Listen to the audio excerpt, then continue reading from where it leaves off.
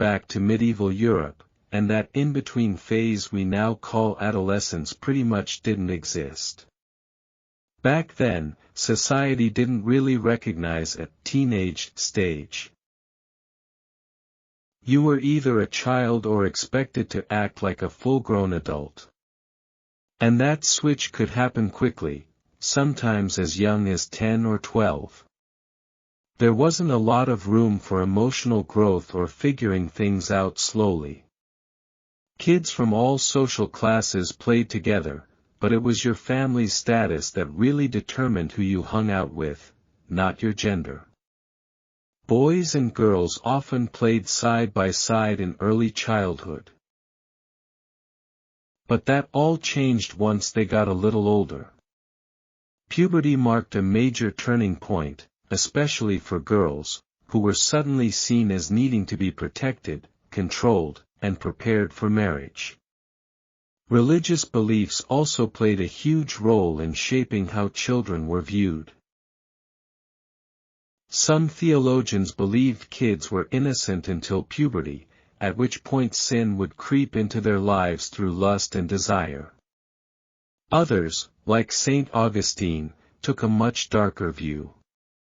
He believed that all humans, including babies, were born with sin because of the biblical story of Adam and Eve.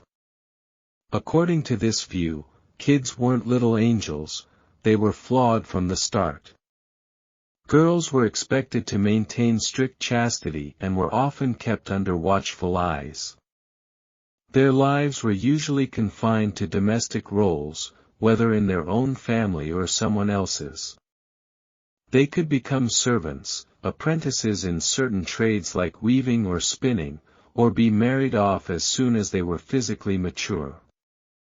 Boys, on the other hand, had more physical freedom, but not necessarily more control over their lives. They didn't inherit property until age 21, so for many years they were completely dependent on their fathers or masters for food, shelter, and any sense of stability. Young men had to work hard and obey orders if they wanted a chance at a better life later on. Now let's talk about where many of those boys, and some girls, ended up: apprenticeships.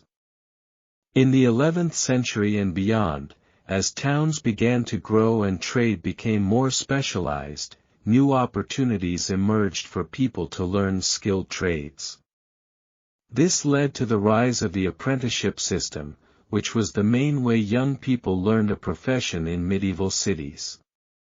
A child might begin informal training by the age of 7, helping out in the family business or shadowing a craftsman. Formal apprenticeships usually started between ages 12 and 14 and could last anywhere from 5 to 10 years, depending on the trade. During this time, the child would live with their master, who was responsible not only for teaching the trade but also for providing food, clothing, and shelter. But it wasn't a free ride. Apprentices had to follow strict rules. They were expected to be obedient, avoid trouble, and stay away from gambling, drinking, or getting involved romantically with anyone in the household. Breaking the rules could mean losing your place in the household, or worse.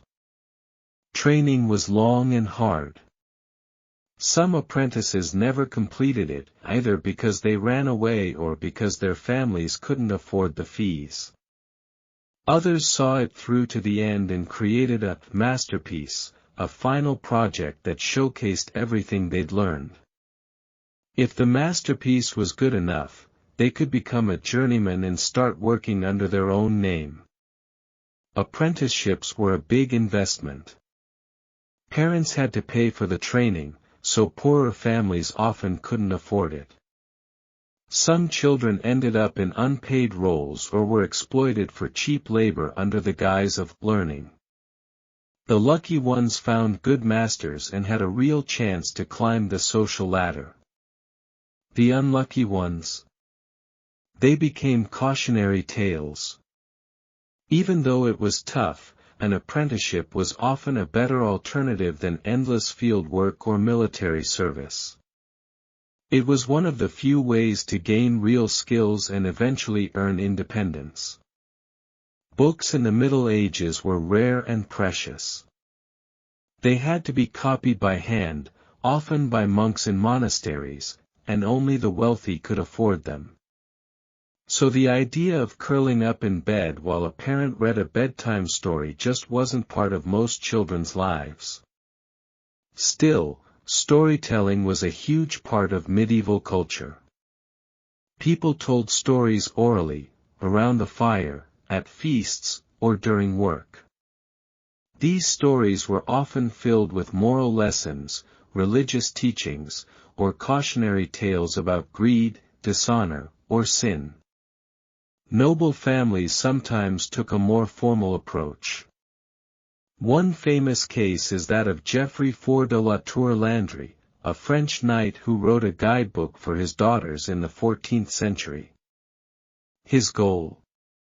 To keep them safe at court, where he believed sweet-talking men could ruin their reputations. His book warned them against vanity and pride, encouraged them to stay humble, and emphasized the importance of protecting the family name. His guide became wildly popular and was translated into multiple languages, including English and German. It became a sort of medieval bestseller among noble families. He even wrote a similar book for his sons, though that one didn't catch on the same way. These weren't just casual reads, they were life lessons in written form.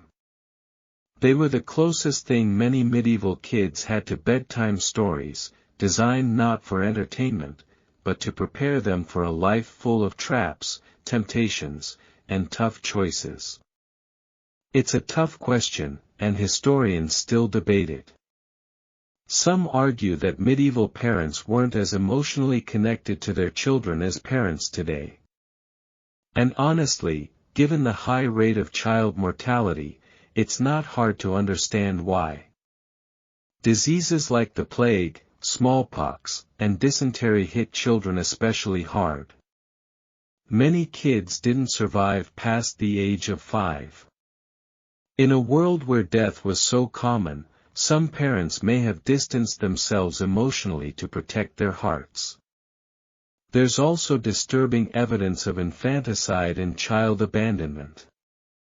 In some cases, killing a baby wasn't even considered murder until the later Middle Ages.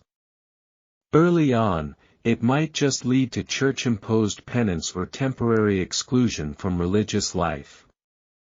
By the 13th century, things began to shift. The church and secular court started treating the killing of children more seriously, but it took time.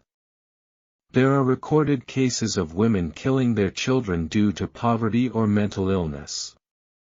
Some received pardons, others were sent to convents, and a few were even forgiven entirely. It wasn't all doom and gloom, though. Many parents clearly did care deeply for their children. Letters and journals show affection, concern, and pride. But the harsh conditions of the time meant that survival often took priority over emotional warmth. A lot of what we'd call parenting today just wasn't part of daily life back then. Discipline in the Middle Ages was, let's just say, intense. Corporal punishment was considered not just acceptable, but necessary. Whether it was a parent, a teacher, or a master, if a child misbehaved, physical punishment was often the first response. Writers and scholars of the time supported it. One 14th-century poet even suggested that children should be regularly beaten to toughen them up against illness. The logic? A child who's used to hardship won't crumble when the plague rolls into town. Real-life examples show just how harsh things could get. Take Elizabeth Potton, for example. In the 1440s, she refused to marry an older man her mother had picked for her. Her punishment? Being kept indoors for months and beaten so badly her scalp cracked open. And she wasn't alone. Her brother was also whipped by his tutor on the advice of their mother. Schools weren't any better. A boy named Guibert of Nogent later became a monk and wrote about his horrific experience with a private tutor. The man would beat him mercilessly for not understanding lessons that, as Guibert pointed out, were poorly explained in the first place. His back was covered in bruises and cuts, and his mother only found out after seeing the injuries herself. Even then, people sometimes went to court over child beatings. But the argument was rarely, should you hit a child? It was usually, did you hit them more than you needed to? All in all, growing up in medieval Europe wasn't easy. Childhood was short, often harsh, and filled with expectations. Whether at work, at home, or at school, kids were expected to obey, serve, and survive. It wasn't a time for innocence or self-expression, it was a time to grow up fast, or not at all.